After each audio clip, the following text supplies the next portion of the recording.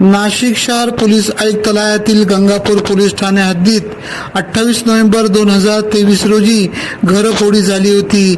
या घरफोडीत सोने चांदीचे दागिने असा 6,50,000 रुपयांचा मुद्देमाल चोरीला गेला होता।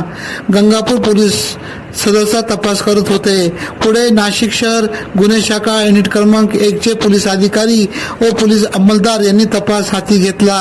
या घरफोडीतील आरोपी हा सोने चांदीचे दागिने स्वतःजवळ बाळगून आनंदवली चांदशी परिसरात असल्याची गोपनीय माहिती मिळाली।